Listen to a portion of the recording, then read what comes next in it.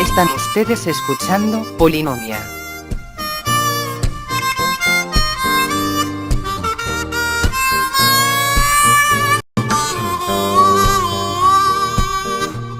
Colectivo Burbuja, estamos aquí para celebrar otra edición de Polinomia. Hoy es, como todos los jueves, Polinomias y Stasis, y como todos los jueves está con nosotros Iván Vélez. Buenas noches, Iván. Buenas noches.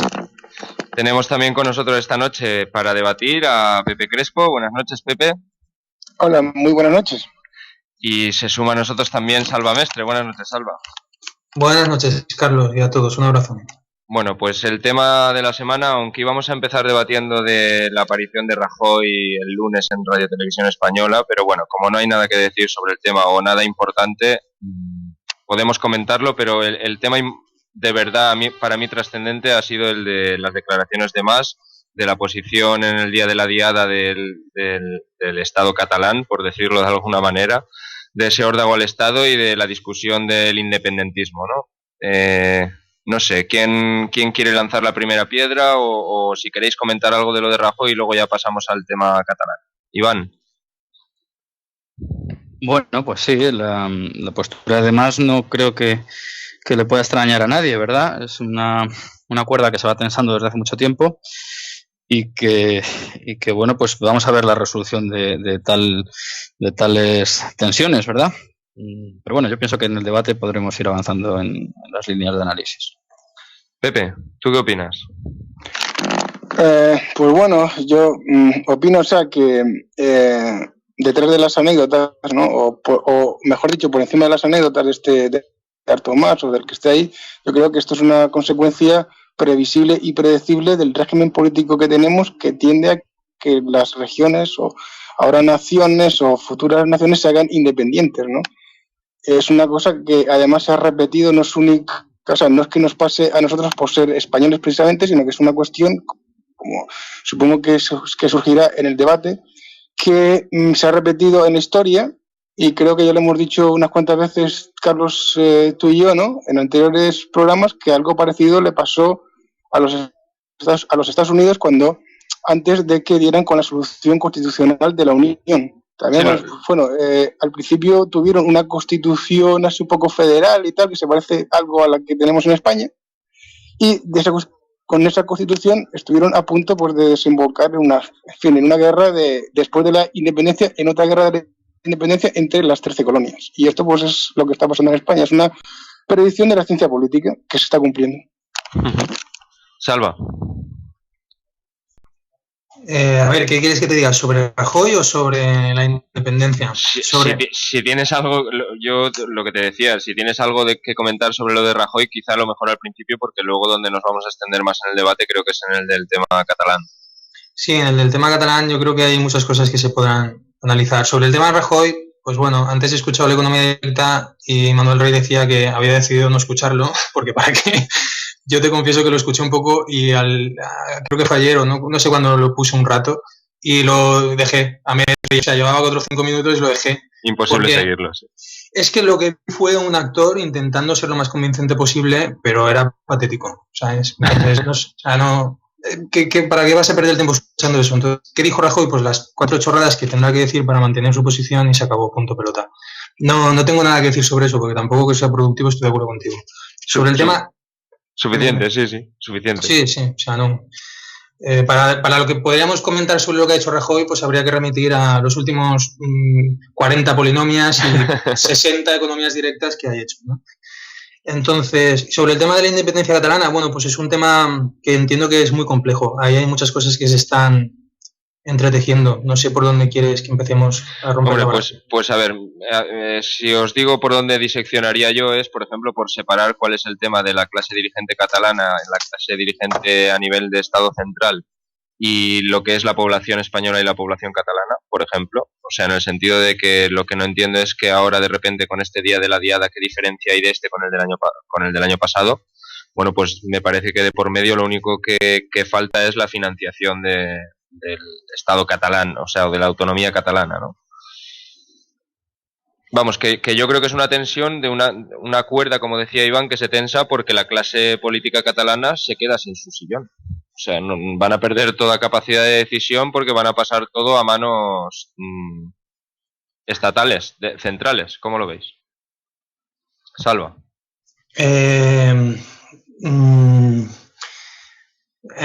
O tú estabas pensando más en el sentimiento independentista o en el sentimiento nacionalista catalán.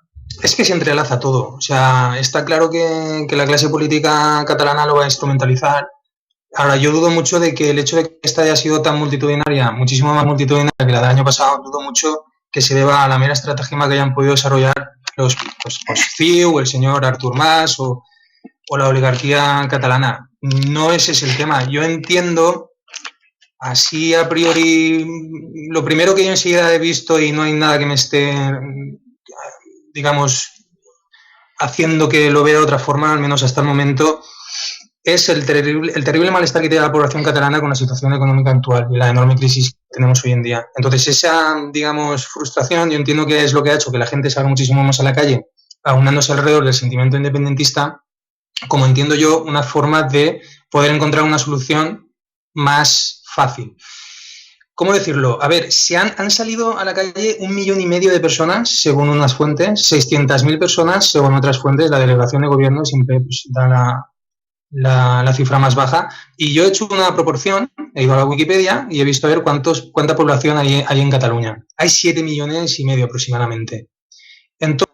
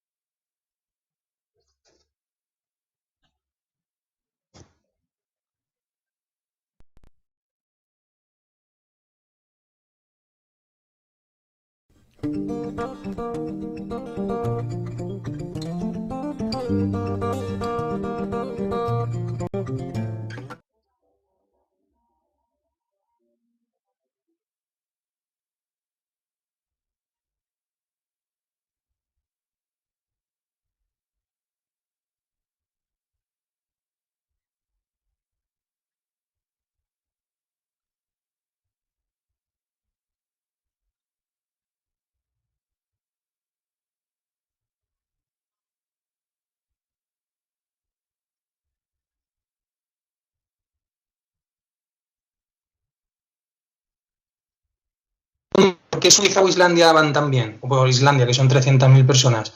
Pues porque eso es una comunidad muy pequeña, el ciudadano puede controlar muchísimo más a sus representantes. Entonces, tiene que haber una cierta parte de la población catalana que también lo esté viendo desde ahí.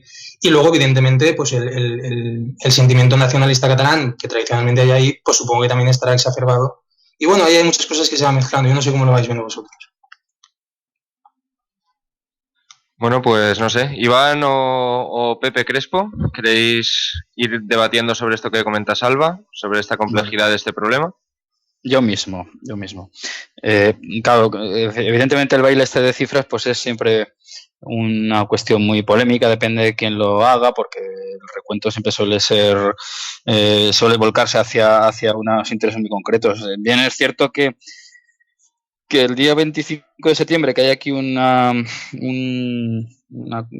cerco al Congreso, pues no sé la gente que vendrá. Desde luego, si se fletaran autobuses, como se ha hecho en Barcelona, siguiendo una tradición muy antigua, y no sé si dando bocatas, pues sería más fácil que viniera más gente aquí. Desde luego, ¿por qué esos individuos que llenaban las calles de Barcelona se manifiestan? Pues los motivos yo creo que son diversos. Efectivamente no hay una solución así clarísima. Desde luego, si no se llevara décadas de falseamiento histórico, si no se argumentara a favor de una independencia recurriendo a argumentos tan reaccionarios como los derechos históricos, que como todos sabemos son del antiguo régimen, pues probablemente habría menos gente celebrando una cosa tan absurda como la diada, porque no olvidemos lo que es la diada, por decir algo en este momento. Pues Pepe Crespo, ¿estás por ahí? Bueno, pues... Perdón, sí. Adelante. Decía que siguiendo lo que decía ahora Iván, ¿no? Que sí, que yo voy también en esa línea, ¿no? Que no sabemos realmente cuál es el motivo por el que se ha manifestado esta gente, porque realmente el pueblo no está liderado en absoluto por la clase política catalana, como tampoco lo está por la clase española, por su casta política. Y todos sabemos, ya hemos discutido 50.000 programas sobre este tema, sobre la total ausencia de representatividad del régimen político, tanto, bueno, pues el de Cataluña, que es un autonómico, como el nacional español. Los dos adolecen de los mismos problemas y tienen el mismo tipo de historias, ¿no? Cuando se analizan. Entonces, pues el catalán, esto, lo que decimos de la manifestación, pues claro, no sabemos por qué han ido allí, porque no están representados. Entonces, los representantes, bueno, la casta catalana, la oligarquía política, se ha apropiado de la manifestación como si fuera suya, porque lo controla todo. Controla, por supuesto, los medios de comunicación y controla todo el tema de nacionalismo prefabricado, que como vemos históricamente, ni siquiera la Lliga regionalista, después convertida en Lliga catalana, que era el nacionalismo conservador de derechas, llegó a tanto, ¿no?, como han llegado estos. Y es que estos encima, me refiero a los actuales, al Artur Mas, al Arturito Mas y compañía, y es que estos encima, como estaba diciendo ahora Iván, se retrotraen a épocas, ¿no?, no ya históricas, ¿no?, de aquella cosa contra Felipe V, sino filosóficas del siglo XIX. O sea, esto parece que en España el nacionalismo filosófico, político, es el último grito en filosofía política, ¿no? Porque están intentando revivir a Fichte, a aquel filósofo alemán, en su discurso de la nación alemana, en su obra, ¿no?, donde decía, bueno, ¿qué es lo que constituye una nación? Pues una nación está constituida por su cultura. ¿Y qué es lo que define a una cultura? Pues su lengua. Y si no se tiene, pues inventa. Y a tenor de esa lengua, pues hay que añadirle aditamentos varios, como la butifarra, la barretina o lo que sea. Hay que conformar una nacionalidad, aunque sea artificial. Eso es la tesis que estos catalanistas de nuevo cuño han intentado, ¿no?, hacer pasar como una novedad filosófica política de última hora, ¿no? Y esto totalmente es una estafa, ¿verdad? Es una estafa que pone en evidencia que lo que buscan es simplemente tener un poder oligárquico sin un control. Y claro, ahora mismo lo que estamos viendo no es en absoluto el sentir de dos pueblos, no hay un enfrentamiento entre el pueblo español y el pueblo catalán. Lo que hay es una falta total de libertad de ambos pueblos. Pero claro, ambas castas, ambas oligarquías tratan, pues, de que no se discuta el tema principal, que es la falta de libertad política, que es lo que ha conllevado al desastre mayúsculo, tanto económico como social, que tenemos ahora mismo formado. Y entonces, pues bueno, se distraen o intentan combatir cambiando el tercio hacia asuntos propios que incumben y que son interés único y exclusivo de las propias oligarquías. Estamos simplemente ante un debate o un enfrentamiento entre una oligarquía local que demanda más poder y más dinero y una oligarquía nacional que ve que su país también está arruinado, y ambas, por supuesto, buscan permanecer en el poder lo más posible, esgrimiendo todo tipo de fantasmas y de ridiculeces. Aquí lo que hay que tomar es simplemente una opción seria por parte del pueblo, que es rebelarse, tanto el catalán como el español, rebelarse contra sus castas y poner realmente las bases de un sistema democrático, que es lo que defendemos desde este colectivo Burbuja, pues desde que empezamos, ¿no? Básicamente. Sí, Iván, ¿querías añadir algo o replicar? Bien, pues felicitar a Pepe Crespo por las alusiones a componentes culturales que yo creo que están en la base del movimiento sedicioso catalán, por ir ya precisando todavía más sedicioso, calculadamente sedicioso, que también eso hay que decirlo, porque si bien el otro día se llenó Barcelona de unas banderas que son una especie de mala copia de la bandera cubana, pues lo cierto es que hay un rescate pedido, es decir, que hay una especie de superioridad prefabricada y que se han tragado pues no solamente los catalanes pata negra, sino los charnegos e incluso los que ni siendo catalanes ni viviendo en Cataluña se han tragado todos estos mitos falsos catalanes, pues que son donde se apoyan pues en gran medida las oligarquías que decía Crespo, porque son, la verdad es que uno tira un poquito hacia atrás de los apellidos y ves los mismos apellidos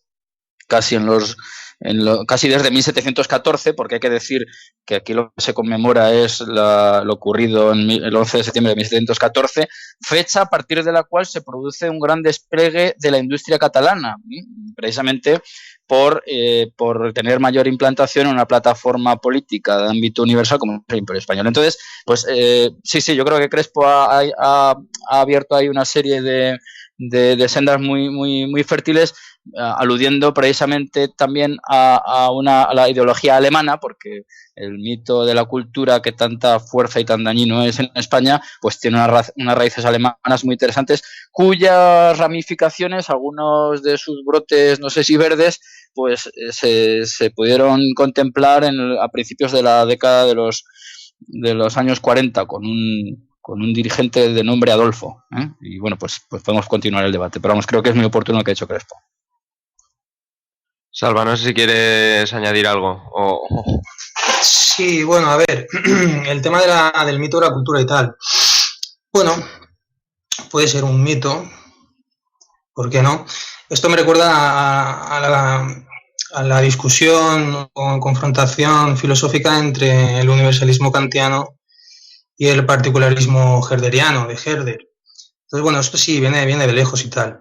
En última instancia, yo me pregunto muchas veces si los nacionalismos no son todos por motivos económicos. Es decir, el catalán porque cree que así será más rico y el español porque cree que si permite que haya una secesión, pues quizá el nacionalismo español tiene miedo de ser más pobre. Sí, entonces, entonces, claro, el sentimiento nacional siempre sirve a intereses económicos, efectivamente, y hay que ver cada sentimiento a qué intereses o por qué motivos o por qué temores económicos es motivado. En última instancia, lo que tenemos aquí es una población que te sale a la calle en una proporción abismalmente enorme. Y yo creo que eso es un problema que hay que confrontar, no desde las discusiones que si mitológicas, filosóficas, sino desde el pragmatismo de la política, ¿no? Es decir, aquí hay que ser un poco más realpolitik, en el mejor de los sentidos. Porque recuerdo esa proporción, es decir, lo que se han convocado allí hubieran sido 2,5 millones en Madrid, en el cálculo más bajo. O sea, en el cálculo más óptimo serían 5 millones, con lo cual probablemente la cosa esté por en medio, o sea, la proporción son 3,5 millones de personas en Madrid. Eso es una burrada tal que hay que plantearse las cosas, es decir, no sirve simplemente el escupirse el problema de encima, como banalizando el sentimiento nacional. Para mí el sentimiento nacional es algo equiparable al sentimiento religioso, es decir, hasta la paz de Westfalia, después de la guerra de los 30 años, en Europa lo que estuvo primando fue una confrontación entre naciones, simplemente porque el fin último del sentido de la vida del mundo era distinto, y esto se cifraba en una religión distinta, es decir, los protestantes contra los católicos. La paz de Westfalia fue el principio de un modelo de convivencia distinto, donde esa confluencia o esa connivencia en el fin último del sentido de la vida del mundo, pues ya no era necesario para convivir. El sentimiento nacional no deja de ser emotivo, emocional, sentimental, en última instancia, con lo cual entiendo que óptimamente tampoco debería de ser el eje alrededor del cual se vertebrase ninguna estructura comunitaria.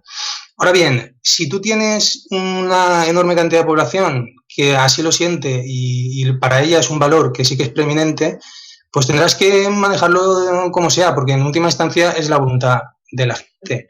Ahora bien, aquí es donde se abren problemas muy gordos que bueno, pues si queréis entramos a debatir, y es hasta qué punto habría legitimidad para llevar a tomar determinadas decisiones como hacer referéndums de autodeterminación y tal. Eso es un tema muy delicado, porque obviamente quien no fuese consciente de que los intereses políticos están detrás de estos sentimientos, pues es un poco ingenuo. Evidentemente están ahí. Y que detrás de esos intereses políticos hay intereses oligárquicos, bueno, por supuesto. Pero es que en última instancia tienes unos sujetos de derecho con autonomía, supuesta autonomía al menos reconocida jurídicamente, y con capacidad de decisión y de voluntad política, que tienen su derecho a decidir. Y eso es un problema. Pero bueno, la democracia es que se basa en asumir problemas, ¿no? Entonces, en el último debate que tuvimos hace la semana pasada sobre las autonomías, llegamos a una conclusión muy interesante. Bueno, llegamos a una conclusión. Quizá otros ya la tenían esa conclusión, pero a mí se me clarificó mucho esto. Y es que cuando los individuos tienen reconocida su soberanía individual, el problema nacional se diluye, deja de ser un problema. Hay ejemplos de esto. Es decir, en Suiza hay cantones, en Alemania hay Länders, y cada uno tiene un sentimiento así como tradicionalmente más comunista, más de su rollo, pero sin embargo no tienen ningún problema con el Estado dentro del que están, porque ese Estado, ellos sienten que están reconocidos en sus libertades. Entonces, esto en última instancia sirve para disgregar tanto sentimientos a lo mejor nacionalistas más locales o sentimientos nacionalistas más globales o más amplios. Entonces, en última instancia, para mí el objetivo, o digamos, lo que sería la solución última es un sistema político que realmente respete las libertades, no solo individuales, sino también políticas de las personas.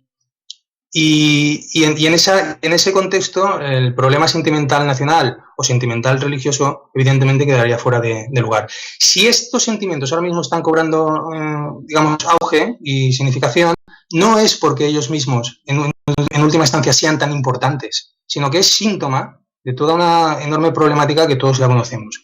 Así como, por ejemplo, el auge de la extrema derecha en Grecia, o que probablemente no tardará en aparecer por aquí también. Eso no es porque la gente de la noche a la mañana se vuelva mala o que quiera ser nazi y volver a hacer campos de concentración para matar a los gitanos, a los judíos o quien sea. No es tanto esto, sino que sintomatiza una fractura social muy profunda. Si queremos ir a la raíz de la solución, tenemos que ir a articular determinados sistemas políticos. Si queremos ir a la raíz del problema, pues entonces ahí tendremos que hacer análisis muy lúcidos. Salva, si quieres, por lo menos en el tema del nacionalismo, yo me declaro cósmico. que el otro día lo comentabas. Que siempre... No, yo no, eso forma parte de un argumento crítico a la posición de otra persona, pero bien. Vale. Si eso equivale a ser ciudadano del mundo, hay más de un anarquista que estaré de acuerdo contigo. Bueno, y respecto a lo que decíamos hoy para el debate, pues hombre, a mí lo que sí que me interesaría conocer, por ejemplo, es si realmente a los ciudadanos catalanes, si sale adelante, si la fuerza de los hechos hace salir adelante el tema de la independencia de Cataluña con el actual mantenimiento de la clase política en Cataluña, que les espera a los ciudadanos que habiten aquel territorio, porque me parece que la primera o de las primeras medidas, yo creo que ya he oído alguna declaración de aquello de los que ahora no son independentistas son el enemigo, ¿no? O serán el enemigo mañana. ¿Cómo lo veis esto? Pepe o Iván. No tiene por qué. No. Bueno, está aquí, bueno, aprovecho para presentar a Pepe Basauri, que está aquí con nosotros también esta noche, que nos va a responder alguna cuestión económica luego. Pepe, adelante. Buenas noches a todos. Yo quisiera comentar un poco este tema de la manifestación del otro día y el tema de la independencia. Y bueno, para mí son todo temas económicos que se rodean de otra serie de cosas. Cataluña es una de las regiones más ricas de España que más producción genera. Y bueno, es una de las que mayores impuestos genera. Cataluña paga más impuestos de los que luego recibe. Porque, claro, en un estado en el que existe una redistribución de la renta, los ciudadanos más ricos pagan más que los pobres. ¿Qué es lo que pasa? Que en las balanzas fiscales que publicó el gobierno socialista, pues tiene un déficit fiscal Cataluña entre un 6 y un 8% de los impuestos. Son unas cantidades de dinero que salen de Cataluña, pero que no vuelven sobre del 6 al 8%. Entonces, claro, ellos ven que contribuyen más de lo que reciben. Luego ellos también tienen el espejo de Navarra y del País Vasco, que ellos tributan de forma diferente porque el País Vasco y Navarra, ellos tienen sus impuestos, ellos tienen sus haciendas forales, las cuales recaudan todo el dinero y luego se lo gastan allí en lo que quieren. Y a final de año, pues entregan unas cantidades al Estado que no son ni mucho menos lo que entrega Cataluña, además de lo que recibe. Además de todo esto, pues claro, Cataluña ve que a otras comunidades autónomas se les trata mejor porque en Cataluña tienen muchas autopistas de pago, cuando es una comunidad autónoma donde circula mucha gente, y que por ejemplo otras comunidades autónomas con mucha menos circulación pues tienen autovías totalmente gratuitas y muchas mejores infraestructuras, como pueden ser por ejemplo Castilla-La Mancha o Andalucía. Entonces claro, ellos también se ven como que no, como que están desfavorecidos. Esto es un problema importante. Luego, por ejemplo, andaluces y extremeños pueden cobrar el PER y en Cataluña no. Ellos ven cómo pagan un dinero que no vuelven y luego son más maltratados. Luego, con todo este estado de las autonomías, Cataluña ha recogido con la misma financiación muchas más competencias que otros. Por ejemplo, tema de prisiones en Cataluña se lo gestionan ellos y lo pagan ellos con la misma financiación que otras comunidades autónomas. Luego también estuvo el nuevo Estatut de Cataluña de Autonomía de Cataluña, donde se hizo primero un estatuto. Zapatero dijo que el estatuto que aprobase el Parlamento lo aprobaría, no lo aprobaron, tuvieron que cambiarlo, se hizo un recorte de ese estatuto, luego había unas cantidades de dinero que tenían que ir para Cataluña. Ese fue el estatuto que acabó sentenciando el Tribunal Constitucional con un cierto nivel de rebajas, ¿no? Sí, pero además ese estatuto rebajado tampoco se ha cumplido, ni se cumplió con el gobierno socialista, ni se está cumpliendo con el gobierno de Rajoy. Y luego también hay otro tema, que Cataluña, durante los gobiernos del tripartito, porque antes pues aún estaba medio bien gestionada, su deuda era constante, pero con el tripartito pues claro, ya no es que manda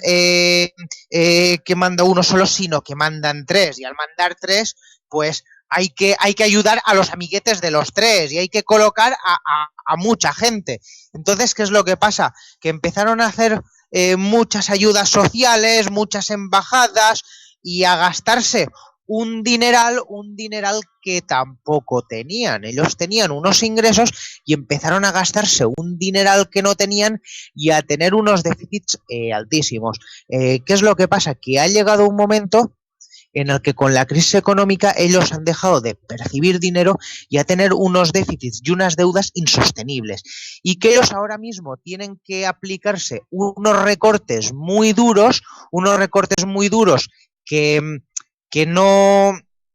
aplican recortes más duros que las demás comunidades autónomas, que además se sienten infravalorados porque además de nosotros aportar más, somos a los que más nos decís que tenemos que tener en cuenta el déficit, a los que más nos toca recortar.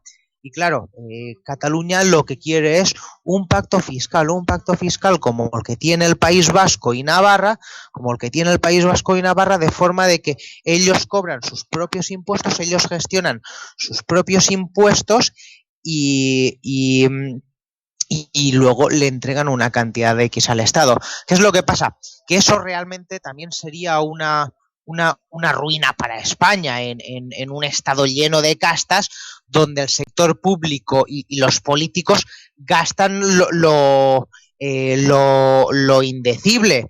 y que, por ejemplo, en comunidades autónomas donde, como Andalucía o como es en Extremadura, la mayor parte de economía es la propia Junta de Extremadura con sus empleos públicos y demás, porque tienen también un mayor porcentaje de funcionarios sobre población activa de lo que tenemos en Cataluña o en Valencia. Es todo un cúmulo de cosas económicas por lo que los catalanes se sienten maltratados. Pero ¿qué es lo que pasa? Que más de apelar a temas económicos, ya apelan también a temas históricos, porque Cataluña tiene otra lengua, porque Cataluña tiene una historia en la que se ha peleado otras veces con los simpatizantes de la corona de Castilla. Pues cuando vinieron los Borbones, los catalanes ayudaron a los austrias. En la guerra civil, los catalanes estaban con los rojos cuando el resto de España estaba con los nacionales.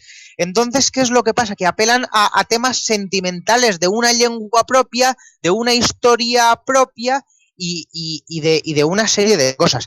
Y luego hay que ver una cosa. Claro, si se ha manifestado entre 600 y 1,5 millones de catalanes, por mucho que les hayan facilitado autobuses y facilitársele las cosas, es un montón de cosas que hay que hacérselo mirar.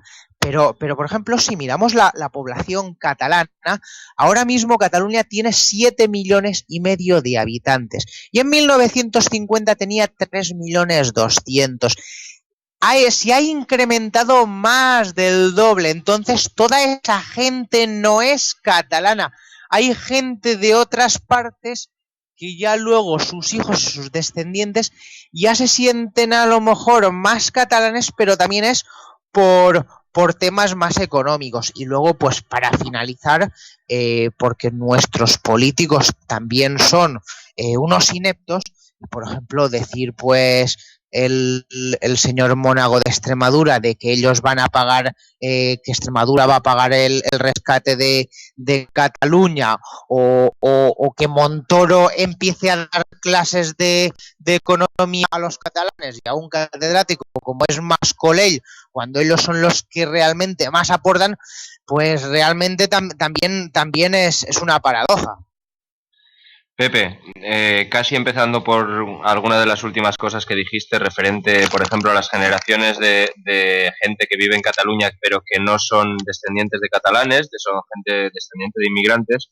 Hombre, pues ahí en la formación de ese espíritu o de ese sentimiento catalanista habrá influido mucho el tema de la educación, ¿no? Hoy, por ejemplo, salía en El País, en todo este tema referente a Cataluña, hablando de estas generaciones de descendientes de inmigrantes, dice: carece de los miedos, de las complicidades y los prejuicios que teníamos nosotros, refiriéndose a la generación anterior. Dice: han sido formados en una escuela catalana con unos referentes culturales muy distintos y han asumido con naturalidad la condición de Cataluña como país.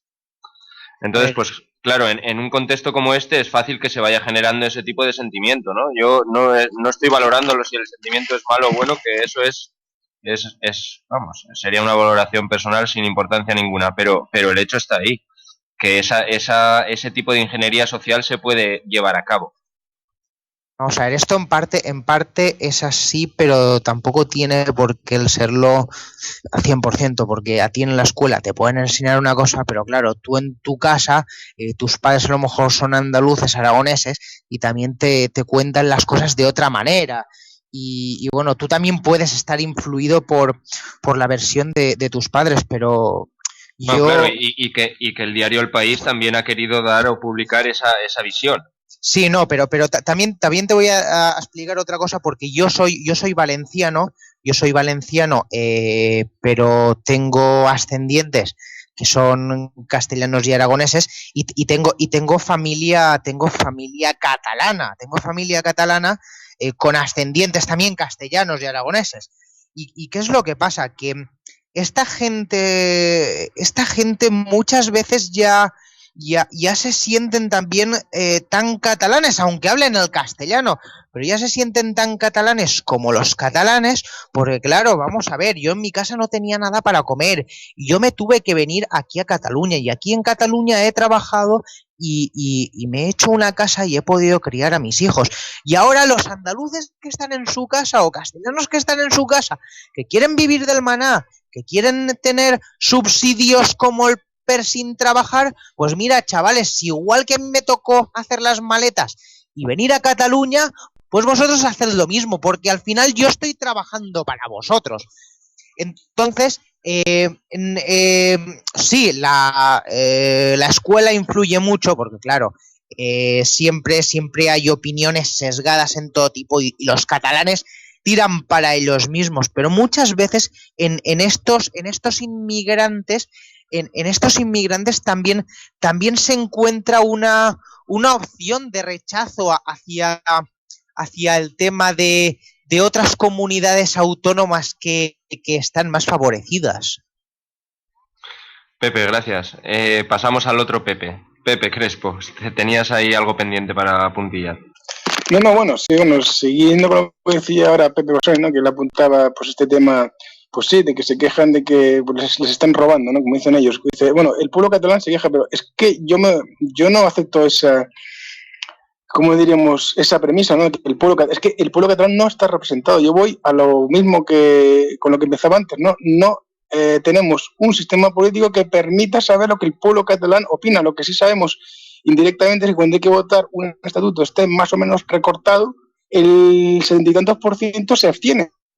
Cuando hay que votar unas elecciones autonómicas, la abstención es la opción mayoritaria de ese supuesto pueblo catalán. Hombre, pueden decir, hombre, es que hay charnegos que no participan, pero hombre, cuando hay un estatuto, pues que una gran mayoría de ese supuesto pueblo catalán diga que ni siquiera, bueno, que les resulta más atractivo irse a la playa ese día que ir a votar, pues ya lo dice todo. Yo creo que con estas cosas hay que tener cuidado, porque históricamente el nacionalismo catalán, además, cuando ha empezado, bueno, el supuesto nacionalismo catalán, que todo esto ha sido un concepto que ha evolucionado, que no es lo mismo lo que era en el siglo XVIII que lo que es hoy en día, por supuesto. Estamos hablando de, como decía antes Pepe Basauri, que aquella fundación del supuesto nacionalismo catalán que ahora aducen en la Diada, aquella resistencia contra las tropas de Felipe V, pues era un nacionalismo totalmente reaccionario. Apoyaban a los Habsburgo, ¿no? O sea, era una casa real contra otra, en fin. Y encima protagonizada por un gallego, que fue el que realmente comandó aquella rebelión o aquella protesta, ¿no? Contra aquella resistencia armada. Bien.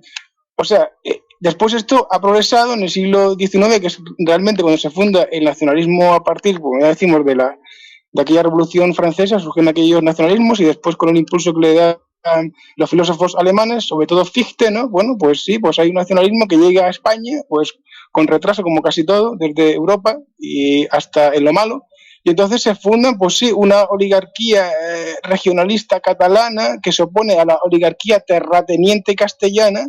La oligarquía catalana es más de corte industrial, la oligarquía castellana es de corte, pues de esto de altos, de posesiones de tierras, ¿no? De latifundios, y bueno, pues son intereses contrapuestos, evidentemente, y entonces la oligarquía catalana, a través de la Lliga Regionalista de Francesc Cambó, pues se monta su tinglado para que le den, pues un acceso monopolístico al mercado español.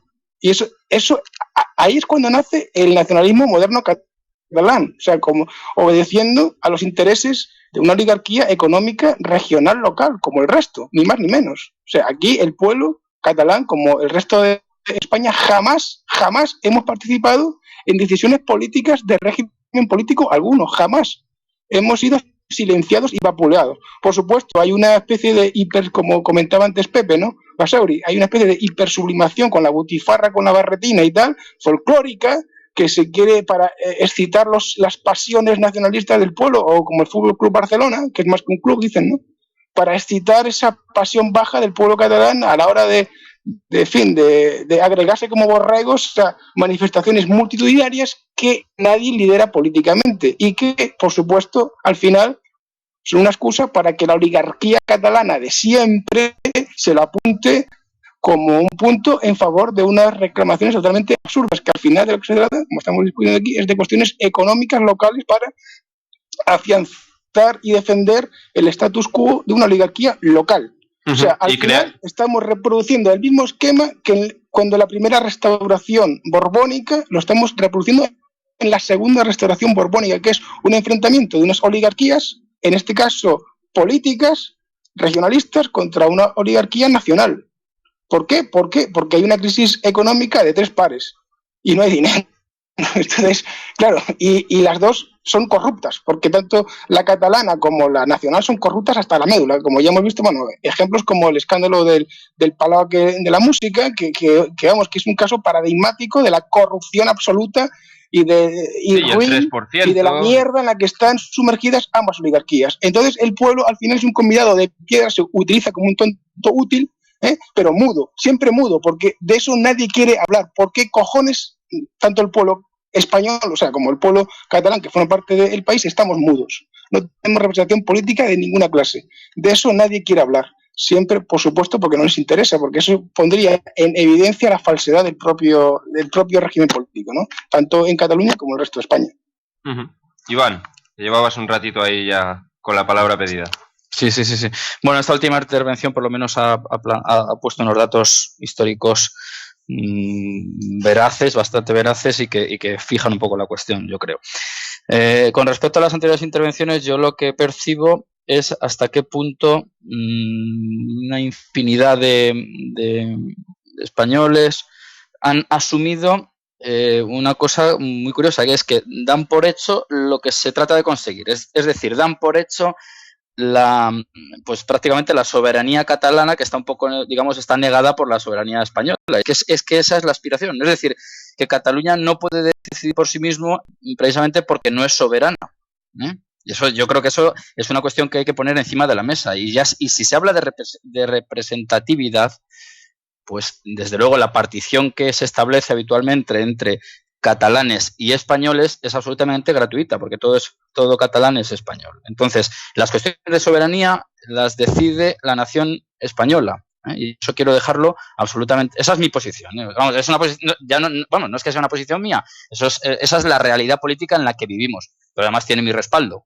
Es decir, yo estoy completamente en contra del derecho de autodeterminación, precisamente porque encubre todos estos peligros de los que estamos hablando, que es que se ha hablado del mito de la cultura, que evidentemente es uno de los pilares fundamentales de todos los que se manifiestan, que por cierto se manifiestan tanto los de cuna catalana como los de cuna extremeña o de Teruel. Por eso te quiero decir que, aparte de ese mito de la cultura, hay otros muchos mitos que están ahí encubiertos.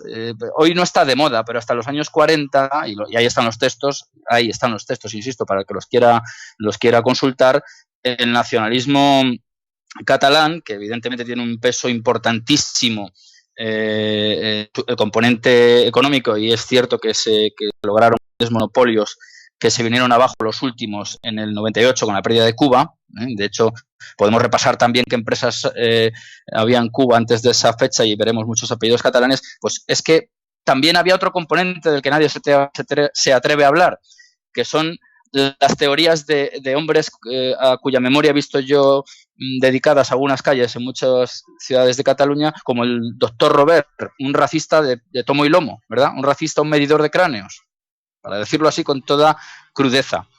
Por lo tanto, porque no me quiero extender tanto y creo que hay que agilizar un poquito el debate, si no nos perdemos aquí, porque cuando uno interviene pues ya se le ha olvidado casi lo que dijo el anterior contertulio. Lo que yo quiero decir es que la soberanía no es catalana, que no existe tal nación catalana, porque si existiera no estaría pidiendo precisamente esos derechos a decidir. Yo, si soy soberano, no tengo que pedir derecho para decidir sobre mí, ya lo soy. No sé si me explico. Iván, paso a otro para agilizar la... Bueno, sí, Iván, no, por agilizar, sí. pero si quieres sigo contigo. Sí. Tenemos alguna pregunta de los oyentes, dice, por ejemplo, en la manifestación, es una pregunta de Kasari Bresinski, que está por aquí muy a menudo también. ¿Es la manifestación de la Diada un acto nacionalista más o los nacionalismos históricos de España se han levantado de la mesa? Es una pregunta es un poco extraña, no la entiendo muy bien. Vamos a ver. Supongo que se refiere a si el acto de la Diada del otro día cambia algo en cuanto a la trascendencia de los nacionalismos en España o de su actitud o de su pretensión. Hombre, bueno, vamos a ver, en cuanto a los nacionalismos, aquí se suele también, con lo que yo considero también otra trampa dialéctica, equiparar lo que se llama nacionalismo español con nacionalismo catalán. Y yo creo que no estamos hablando de las mismas especies, ¿eh? Pero bueno, como eso no es lo que se ha preguntado, voy a ceñirme un poco a lo que yo creo entender en esa pregunta. Lo que sí parece claro es que el nivel de gente que se ha echado a la calle, el nivel de gente que ha salido con las banderas independentistas es el máximo que se conoce, parece ser, ¿verdad? Como también, pues probablemente hace 40 años, cuando entró Franco por las calles de Barcelona, pues había quizá proporcionalmente la misma gente. Es decir, que luego la volatilidad del llamado pueblo catalán o pueblo español, pues es una cosa demostrable. Sí, es una postura de fuerzas, pero es una postura de fuerza y han tocado techo en cuanto a presencia en las calles, probablemente. Pero, hombre, es que llevamos 30 años de un adoctrinamiento absoluto en las aulas. Es que estamos hablando de generaciones que han crecido ya en un modelo de adoctrinamiento político. Un adoctrinamiento político catalanista e hispanófobo. Entonces, pues claro, los niños... De hecho, el otro día lo comentaba un amiguete que estaba allí en Barcelona, que se sorprendía de que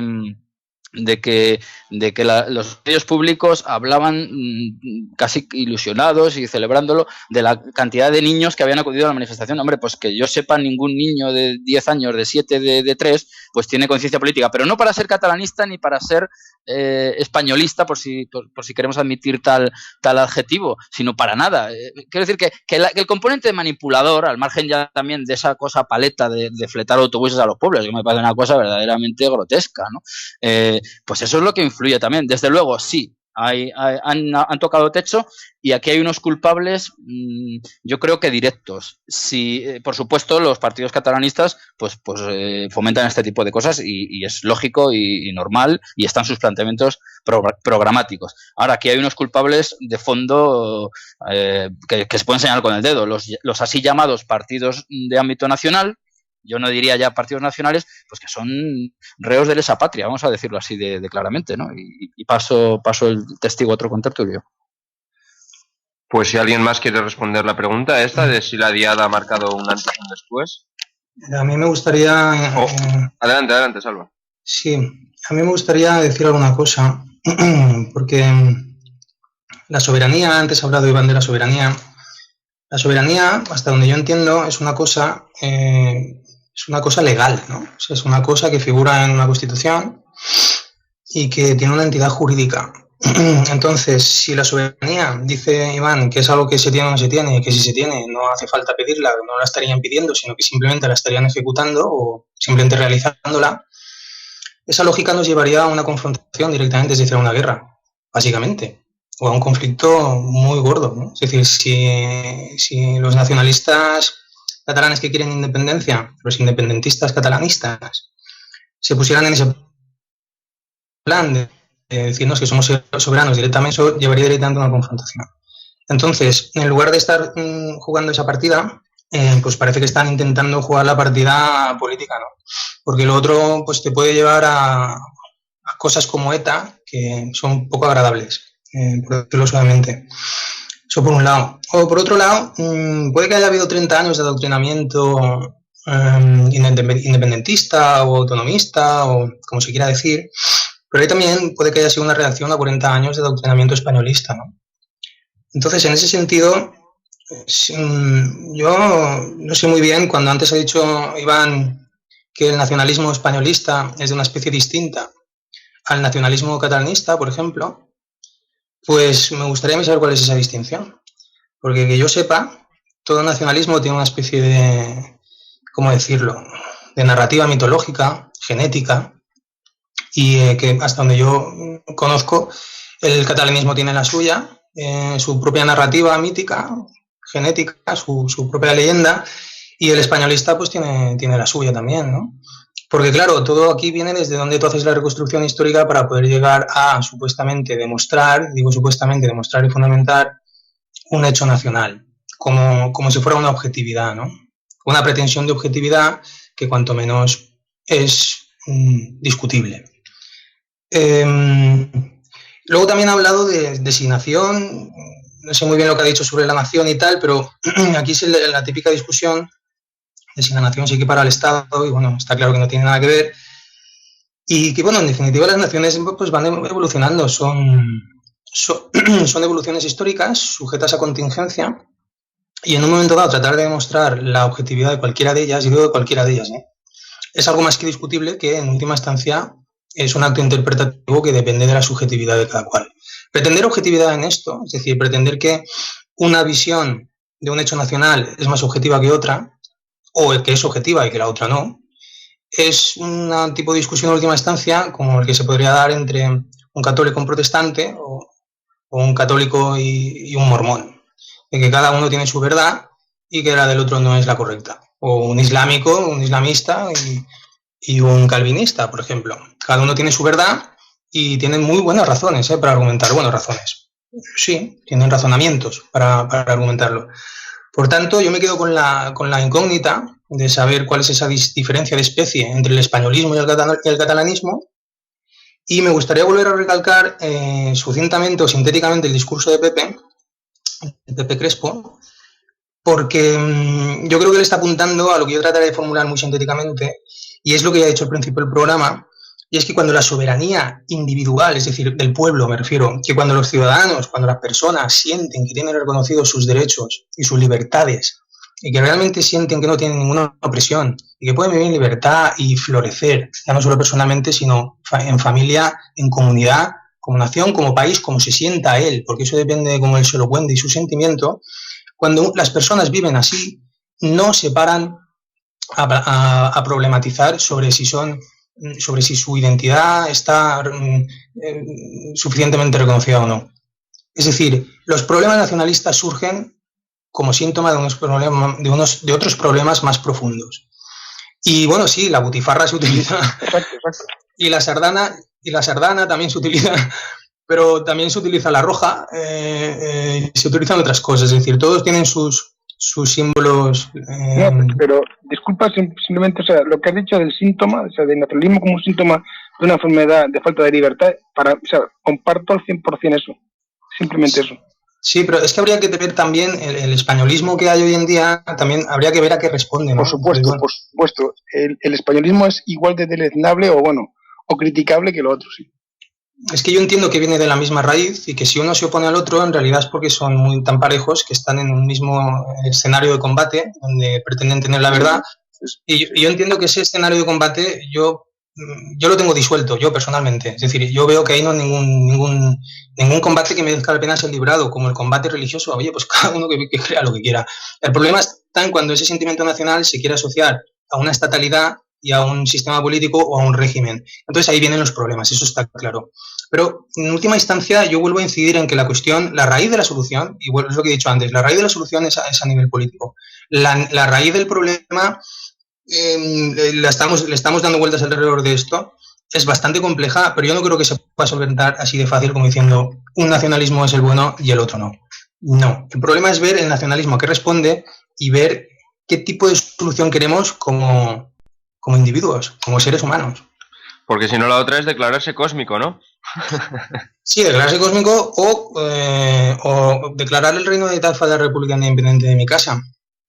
Es decir, los dos extremos en un momento dado pueden ser igual de y ahí hay que ver entre la tensión, la polaridad entre universalismo y particularismo, ver eso políticamente cómo se articula, pero en función del respeto de las voluntades de las personas.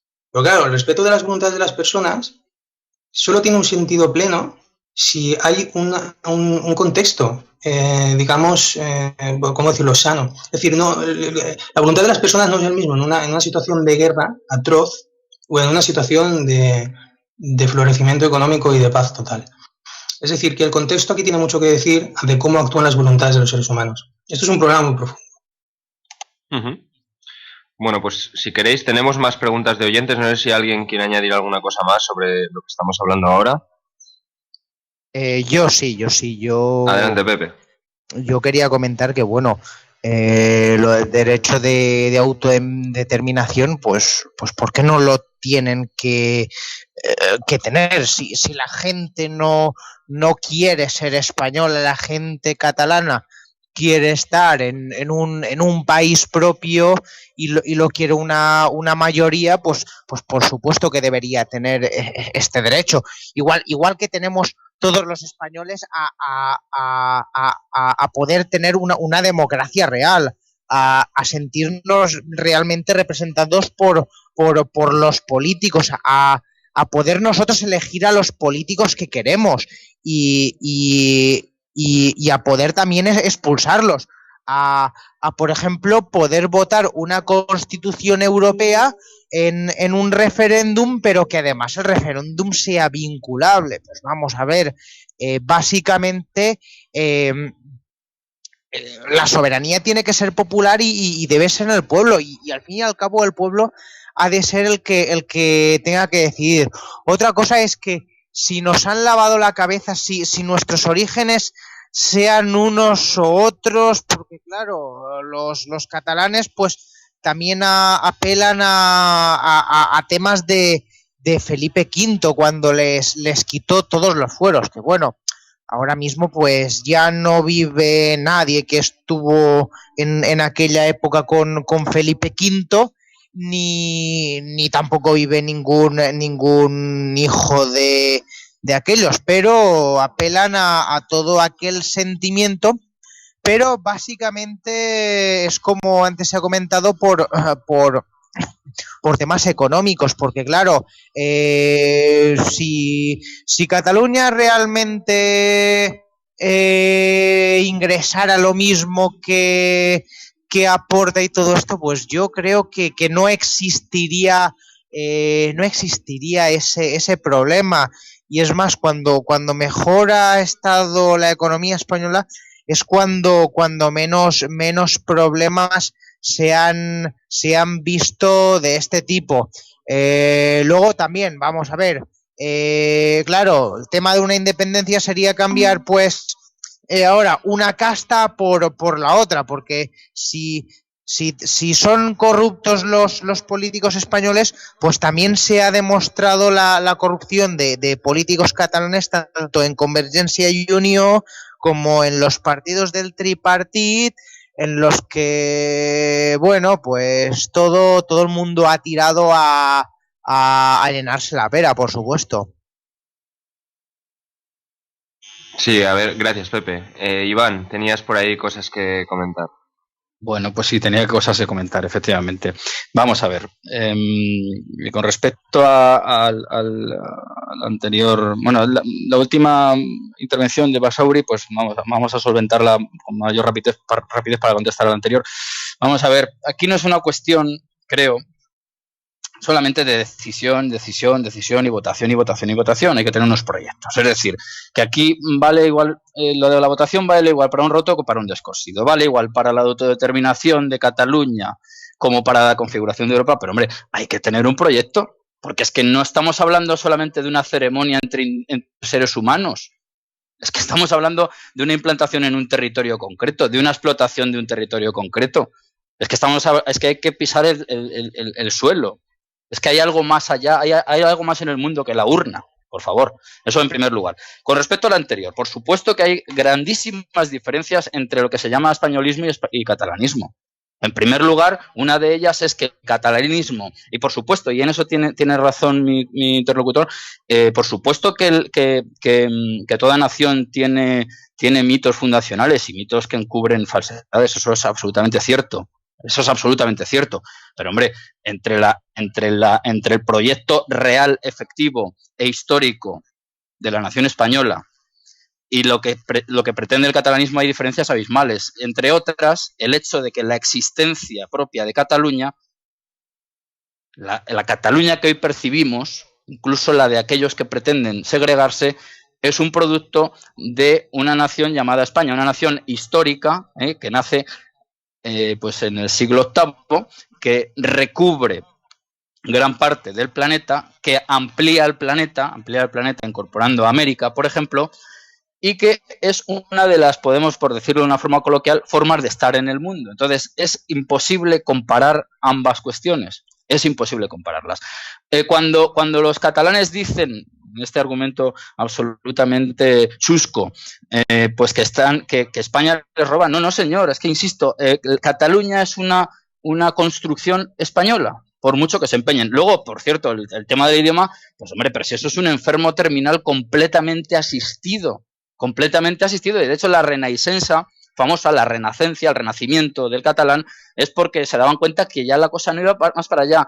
Más datos todavía históricos. Todo catalán universal lo ha sido en tanto que español. En fin, es que yo creo que, vamos, eso es absolutamente cierto y demostrable. Y por último, sí, en eso estoy de acuerdo. Si las cosas se exacerban, existe el riesgo de un conflicto bélico. Bueno, es que esta es la realidad. Es que además la realidad en la cual no entra Arturo Mas, es que una Cataluña independiente, pues evidentemente, claro que tiene que tener un ejército. Porque una Cataluña independiente, constituida como sociedad política soberana, pues tiene que administrar sus recursos, tiene que elaborar sus leyes y tiene que relacionarse con los organismos políticos que la circundan. Y en esas fricciones o caricias, ¿verdad? Pues tiene que desarrollar tanto un ejército, porque si son fricciones, y caricias si son diplomáticos, los que tienen que entenderse. Y bueno, no sé si este símil es muy acertado, las fricciones y caricias, pero bueno, para que se entienda que hay diversos grados de se entiende. de roce. Entonces, yo lo que a mí mucho, pero desde luego yo pediría un poquito mayor de realismo, porque y sobre todo evitar un poco las peticiones de principio. No se puede no se le puede exigir a Cataluña o reconocerle una soberanía que es por lo que lucha, porque es que entonces es que no hay quien se aclare. Si tú no eres soberano, no te puedo restituir una soberanía que no tienes. Es que es mentira que Cataluña haya sido soberana nunca. Fue un estado ahí fronterizo de Carlomagno y luego pues lo que todos sabemos, una zona, por supuesto, precisamente por cuestiones territoriales, es verdad, porque tenía una salida al mar que no tenía Zaragoza, ¿verdad? Entonces se une a una estructura llamada Aragón y de ahí pues podemos seguir reconstruyendo, pero insisto, Cataluña no sería nada sin la idea de España. El que no entienda el diferente peso de las posturas de los que defendemos a la nación española, en este caso yo no tengo ningún tapujo, no me escondo, yo no tengo ningún tapujo en reconocerlo. Mi proyecto es España, no es ni Cataluña ni Soria, así de claro, ni tampoco ni Europa, tampoco. Muy bien, entonces ya está. Gracias, Iván. Pues sí, vale con eso. Quedas excluido de responder a la siguiente pregunta, que voy a hacer dos preguntas seguidas de los oyentes, pero bueno, tú ya las has respondido. Una pregunta de Alex, que dice: ¿estáis a favor del derecho de autodeterminación de los pueblos? Y luego otra pregunta de Jordi Yatcher, de nuestro amigo, dice: ¿cuál es el mínimo de zona geográfica que puede tener el derecho de autodeterminación? A ver, a mí me gustaría intervenir. De hecho, pues contestando, ¿no? Lo de creer si los pueblos tienen derecho a la autodeterminación o no es algo tremendamente opinable y bueno, ahí hay cuestiones jurídicas incluso que se ponen en juego. Yo ahí no me voy a mojar. Lo que sí sé es que es como preguntar, qué sé yo, es muy subjetivo eso. Luego, si acaso, me mojo más. Con respecto a lo que pregunta Jordi Yatcher, me parece muy relevante porque también lo enlazo con algo que ha dicho antes Iván, y es que ha hablado de que se necesita un proyecto y lo ha asociado a algo de territorio. Entonces, esto me recuerda también a una vez que me contaba mi padre que estaba en una reunión y la gente hablaba de que es que la lengua tiene derecho, y mi padre dijo: a ver, un momento, la lengua no tiene derecho a nada, los que tienen derecho son las personas. Pues yo hago la misma analogía con los territorios. O sea, los territorios, ¿por qué van a tener derechos? O sea, lo que tienen derechos son las personas. Y bueno, aquí enlazo con la pregunta esta de la autodeterminación, porque la pregunta sería: ¿los pueblos son un sujeto de derechos?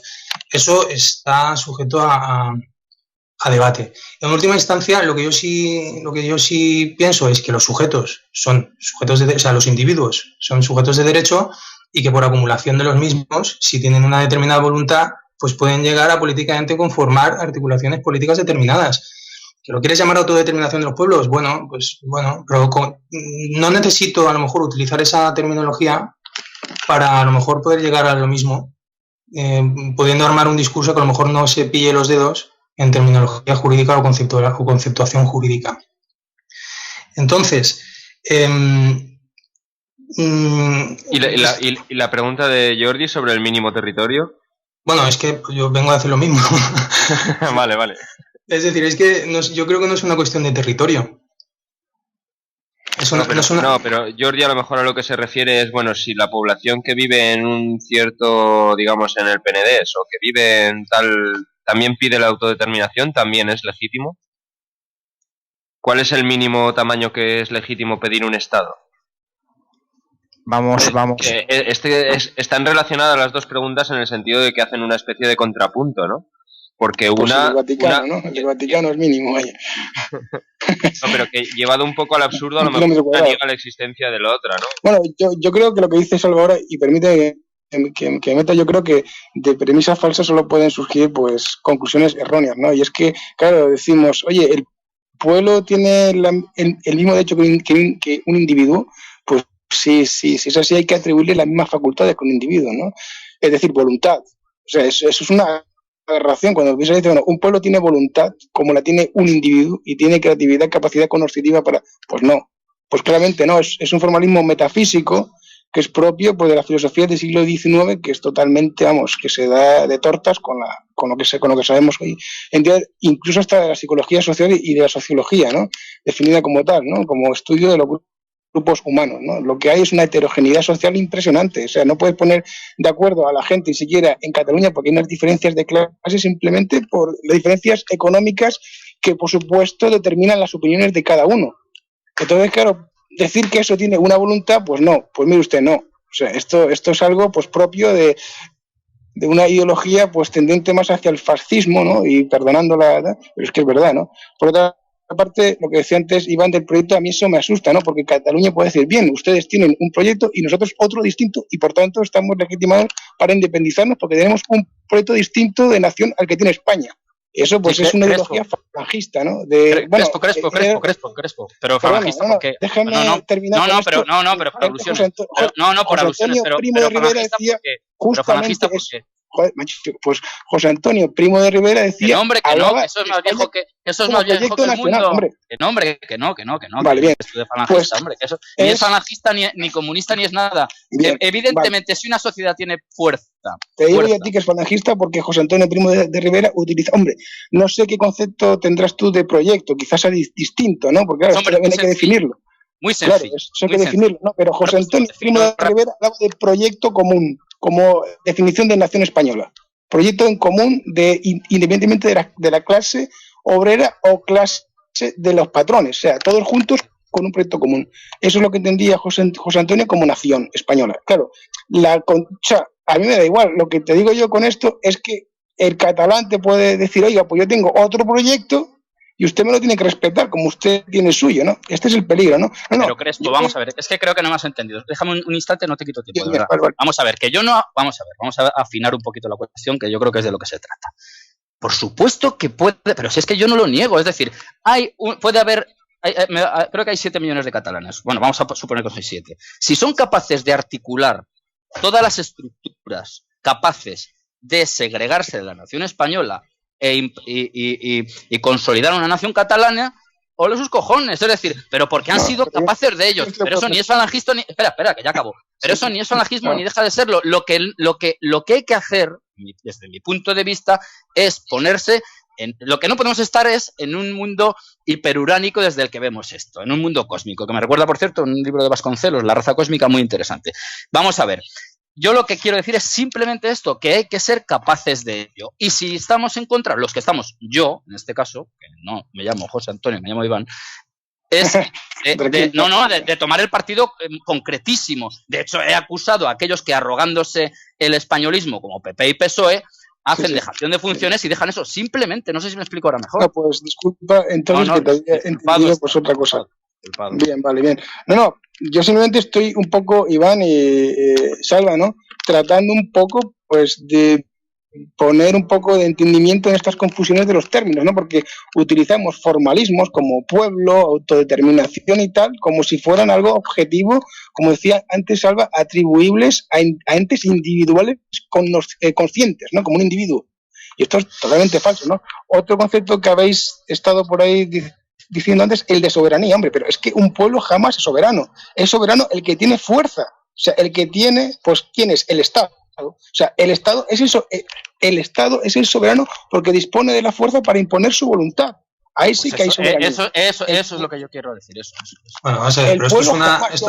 Lo que hay que hacer es que los poderes del Estado sean democráticos. Ahí es donde está el pueblo. Ahí es donde el pueblo sí puede intervenir, pero una vez que el Estado tiene el poder y no es democrático, ahí está la soberanía. El pueblo jamás se puede defender por mucha soberanía que tenga contra un Estado que no le reconoce tal soberanía y por tanto se impone con la fuerza contra él. Y eso es lo que hay que entender. Si ahora en España el llamado pueblo catalán, ese es otro formalismo más, porque pueblos no hay.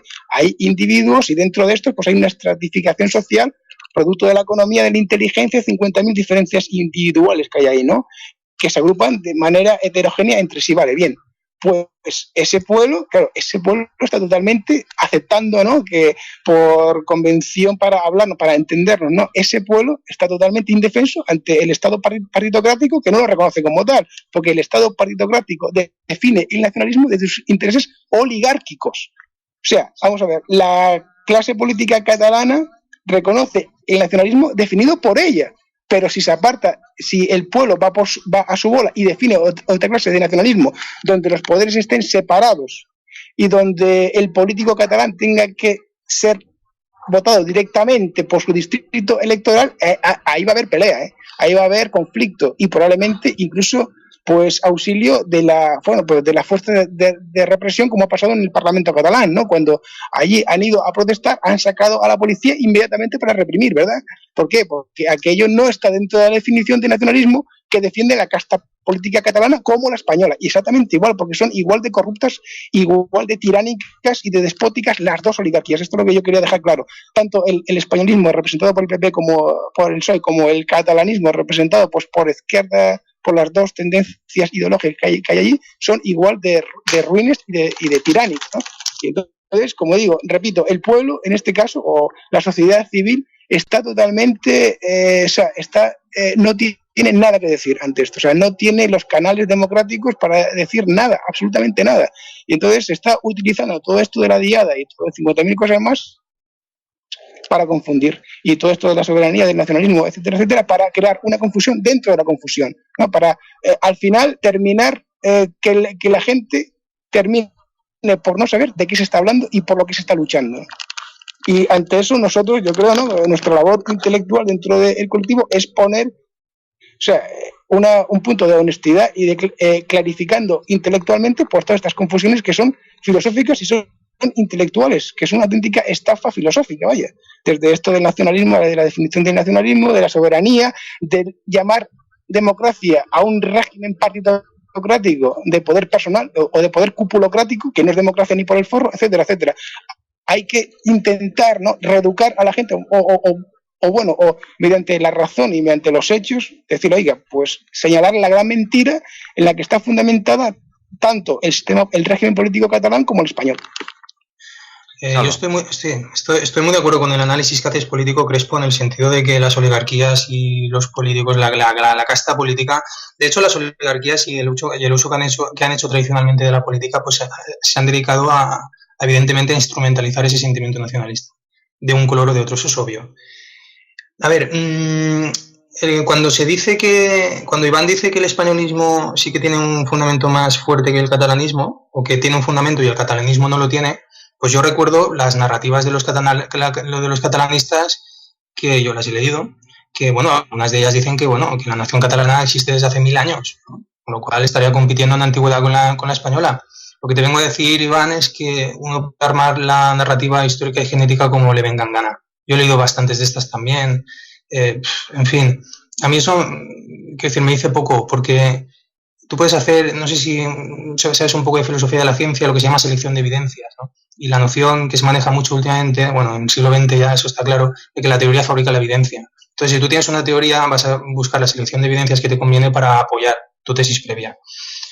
Desde ese punto de vista, y en algo que es cultural y que no es natural, pues imagínate si puedes hacer eso muchísimo más. Entonces, la narrativa españolista que se pueda montar, a ti te puede parecer más sólida, pero es porque a ti te parece más sólida.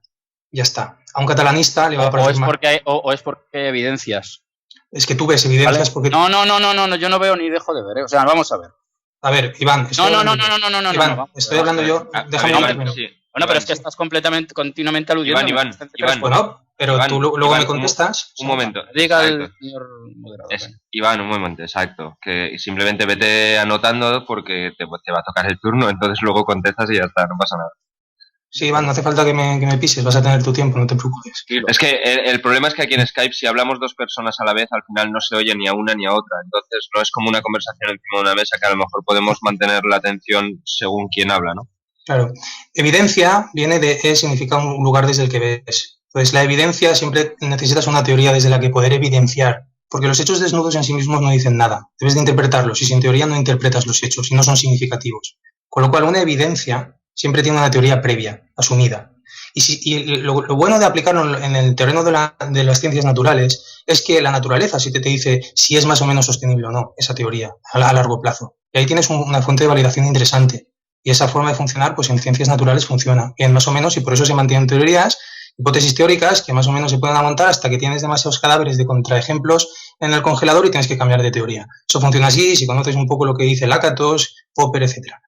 Pero eso, aplicado a términos culturales, es muchísimo más, digamos, maleable. Entonces tú tienes un convencimiento propio, ya sea consciente o inconsciente, y puedes buscar las evidencias que quieras y armar las narrativas que tú quieras. Y solo me remito a las pruebas, o sea, solo tienes que ver las inmensas ejemplos culturales que hay de diversas narrativas sobre una misma cuestión. Entonces el catalanista te hace una historia de España que no es la que te hace un españolista y viceversa. Entonces ahí se van a estar pegando toda la vida. Entonces, esa discusión a mí me parece improductiva. Ahora, me parece muy respetable, yo lo vuelvo a decir, o sea, yo respeto al que se siente españolista o al que se siente catalanista, porque yo entiendo que es algo sentimental Pero, y yo ahí no me meto. Un momento, Pepe. Una precisión, o sea, hay un hecho histórico, ¿no? Que es en el que se basa la identidad española, eso está clarísimo, ¿no? Eso tú no lo puedes cambiar. Si ya has nacido cojo, oye, puedes decir, pues yo tengo el derecho de nacer como quiera, ya, pero tú has nacido cojo, ¿no? O tú has nacido ciego. No sé si me entiendes, ¿no? O sea, después puedes discutir, oye, pues yo no soy cojo, eso es como tú me ves a mí, cojo, ¿no? Pero yo no he nacido cojo, no sé si me entiendes. O sea, la diferencia entre el hecho histórico en el que sobre el que se construye España, en fin, monarquía, etcétera, aquellos reyes católicos y tal, y muchos siglos de convivencia en los que la nación catalana no es un estado diferenciado, ¿no? Bueno, pero hay cuidado. Participa de la misma historia. Participa de la misma historia de la que participa el resto del país, por tanto, eso tú no lo puedes cambiar. Después puedes hacer pues mitología o reinterpretaciones, que es lo que yo creo que lo que tú aludes, ¿no? Yo simplemente para establecer esa diferencia entre hecho histórico, lo que nos viene dado, y después las reinterpretaciones o las mitologías que se construyan sobre eso. Simplemente que yo creo que es en lo que se basa el nacionalismo, es en aislar el hecho histórico pues de la interpretación, ¿no? De la interpretación histórica, que es otra cosa completamente distinta. Simplemente. Pero vamos a ver, bueno, y no nos pisemos más. Adelante, Salva. O sea, tú de lo que me estás hablando son de hechos históricos, tal que hubo una batalla, tal que un rey se coronó, tal que hubo una conquista y tal. Bien, sí, esos son hechos, digamos, relativamente objetivos. No, sí, el hecho histórico es el de la evolución del país en el que estamos, que hablamos español, que tenemos una cultura en la que nos entendemos, etcétera, etcétera. O sea, yo me entiendo mejor con un catalán que con un alemán. ¿Por qué? Pero Pepe, o sea, parece que me estoy diciendo eso como... Pepe, vamos a ver. Parece que me estoy diciendo eso como si yo estuviese negándote que hay una cultura española que ha abocado a un Estado español. Yo no te estoy negando nada. Yo lo único que te estoy diciendo, yo no me estoy mojando en ese sentido. Lo único que te estoy haciendo es una deconstrucción de que hay gente que hace otras narrativas y otras construcciones. Y el catalanista te dice, sí, hay una evolución histórica que ha abogado a un Estado español actual, pero eso no significa que no haya habido una nación catalana que ha estado siempre oprimida por lo que sea, por lo que sea. Interpretación que hace. Pero es que, a ver, Pepe, si es que a mí no me preocupa ahora mismo si eso es verdad o no. O sea, es que a mí no me preocupa, no estoy en eso, ¿sabes? O sea, yo no estoy ahora diciendo si es una verdad o no, o sea, más verdadera una o no, o si es más respetable una o no. Lo único que estoy diciendo es que los nacionalismos tienen el hecho histórico, vaya, tú no eso. A ver, no se puede... depende de lo que entiendas. A ver, Pepe, Si eres cojo, eres cojo, macho. Es que no hay otro. Pepe, no nos pisemos lo mismo que le he dicho a Iván, porque si no, además, Iván me va a partir la cara. Sí, no, y además monopolizamos el debate porque yo me claro, por eso yo lo que pretendía era que no fuera un toma y daca, sino que tú dijeras lo que tuvieras que decir, claro, cada uno en su turno, pues... Efectivamente. Claro, yo quería soltar mi parrafada y nos agarramos, ¿sabes? Venga, Salva, y los demás toman nota y luego hacemos las réplicas y ya está. Claro, el tema está en que tú me estás haciendo, Pepe, una correlación entre un hecho natural, que yo estoy cojo, y un hecho, digamos, cultural. Y eso es otra cuestión. Y eso ya es muchísimo más debatible. Y yo no te vuelvo a repetir, que yo no estoy aguantando ninguna interpretación. O sea, no quiero hacer pasar por buena una interpretación sobre otra, o de desacreditar un sentimiento nacional por encima de otro, si no estoy haciendo eso. Si lo que yo estoy diciendo es que hay gente, hay personas en determinados territorios, suele ser así, se constata que suele ser así, suelen estar agrupados alrededor de un determinado territorio, desarrollan sentimientos nacionales y hacen sus propias narrativas al respecto de eso. Punto pelota, es lo único que estoy diciendo. Entonces, que tú creas que una es más acertada a la otra, pues muy bien. Yo es que en eso no quiero entrar a discutir si uno tiene más razón o no. Lo único que estoy constatando es que eso es así. Y nada más. Y en ese sentido, todos los nacionalismos son iguales, porque variarán en sus reivindicaciones, en la interpretación que hacen de los hechos históricos, en sus valoraciones sobre la trascendencia de cada uno de esos hechos. Ahora, claro, variarán en todo lo que es la interpretación de los hechos. Ahora, la fuente es la misma. Es el hecho de armar una narrativa que valide o fundamente, o digamos, sea correlato de su sentimiento de pertenencia nacional. Es lo único que estoy diciendo. Entonces, que cuando me viene y me dice, no, el mío es el bueno y el otro no, bien, es como si me viene un católico y le dice al protestante que está equivocado, ya está. Es lo único que estoy diciendo. Hay más cosas que quería decir y trataré de decirlas rápidamente. El tema de la soberanía popular. Bueno, es que esto depende, o sea, eso de que yo antes no me he querido meter ahí, pero que los pueblos tengan o no derecho a la autodeterminación, depende de cómo tú lo quieras considerar. Porque si tú consideras que un derecho es única y exclusivamente aplicable a los seres humanos, o sea, a las personas, a los individuos, entonces vas a estar en contra de eso. Pero nada te impide, al menos conceptualmente, establecer una metacategoría, por decirlo de una forma, donde tienes unos derechos individuales, pero sí que puedes llegar a conceptuar una metacategoría de un derecho de pueblo. ¿Que es espinoso? Supongo. Si es que yo tampoco ahora voy a hacer una defensa de ello. Lo único que digo es que se puede hacer y se puede argumentar. Y hay gente que cree en ello. Y hay gente que cree en ello que no es imbécil. O sea, que no es que sean subnormales, que piensen al revés.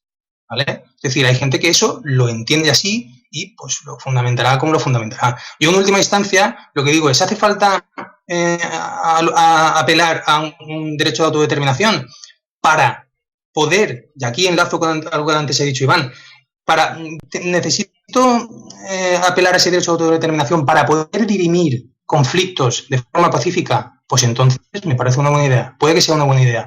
Porque si mi sentimiento nacionalista hace una narrativa tal que incluye la concepción de soberanía de modo tal que impida dirimir los conflictos de forma pacífica, entonces eso me está abocando a conflictos que, macho, estamos en el siglo XXI y a ver si aprendemos un poquito de algunas cosas. Porque el elemento ETA, independientemente de que eso esté instrumentalizado por multitud de intereses y que sea un tema muy complejo, es la expresión de una violencia, de un sentimiento nacional que se siente oprimido, sea de forma justificada o no, y que reacciona violentamente porque siente que no tiene otros cauces. Ojo con la formulación que he hecho, totalmente subjetivista. No estoy entrando a valorarlo. Pero desde... Estoy de acuerdo, Salva, con eso.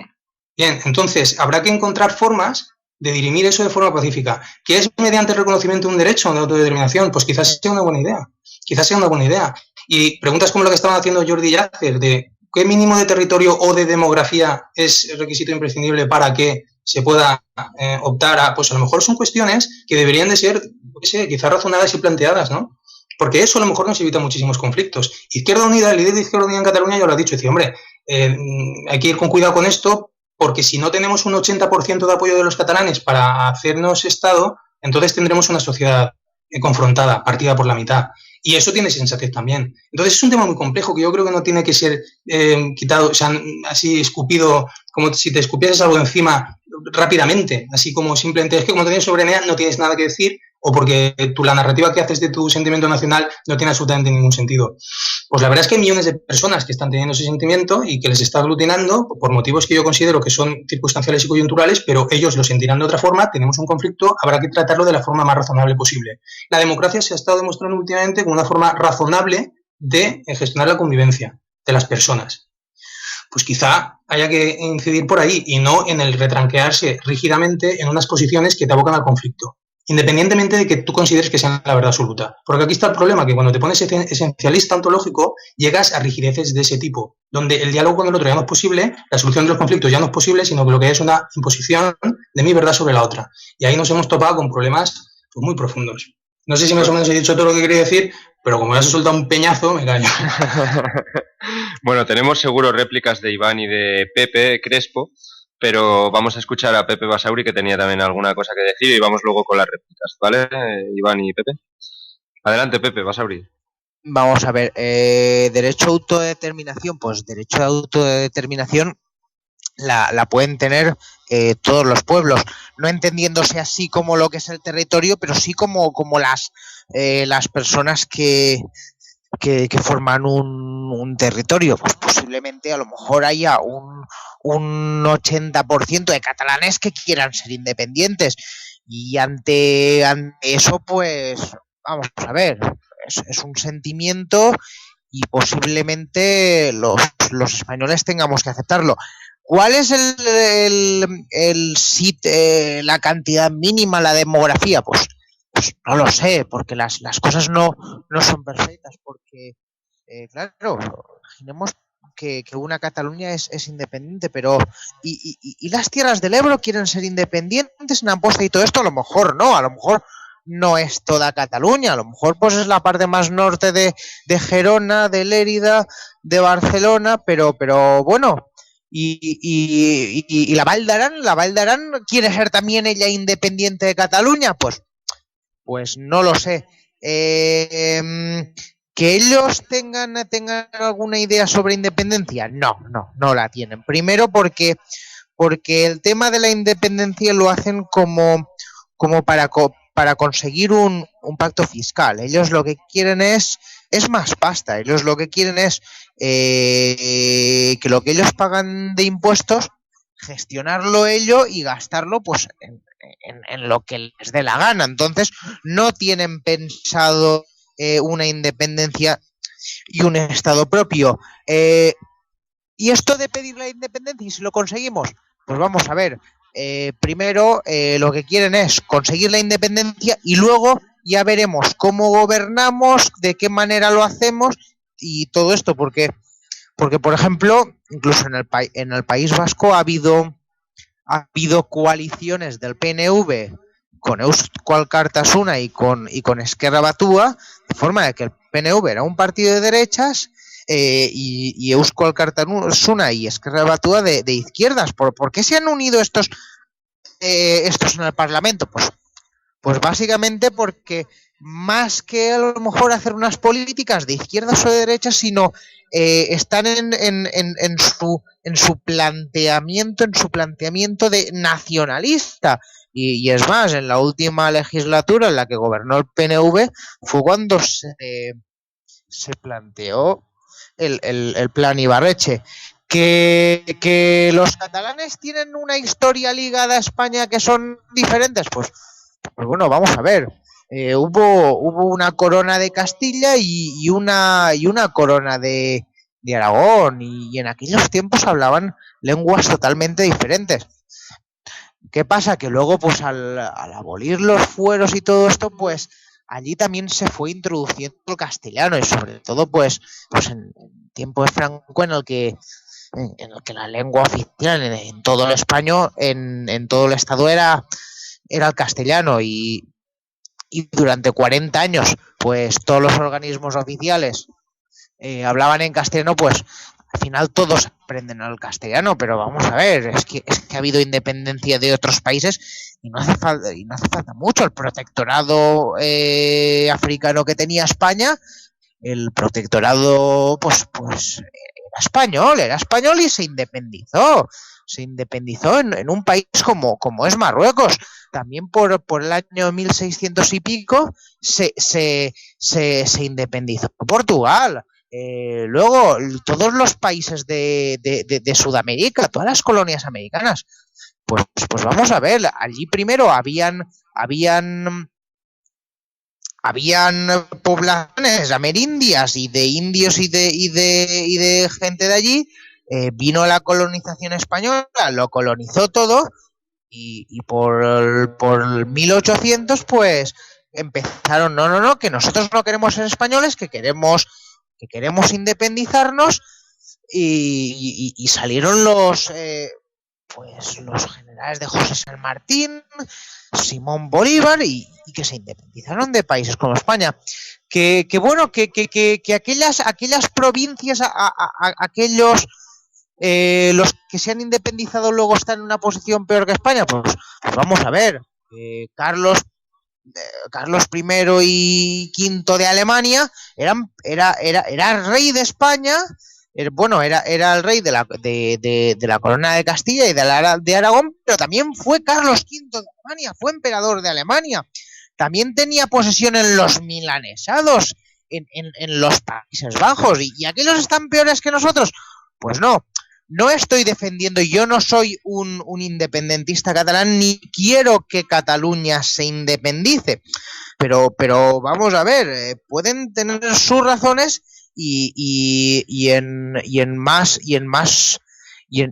o menos lógicas, que yo las comparto, no las comparto, pero yo doy este punto de vista porque creo que también puede ser, que también es lógico. Iván. Muy bien, vale, pues vamos a ir un poquito con las réplicas, ¿verdad? Con respecto a lo que acaba de decir Basauri, pues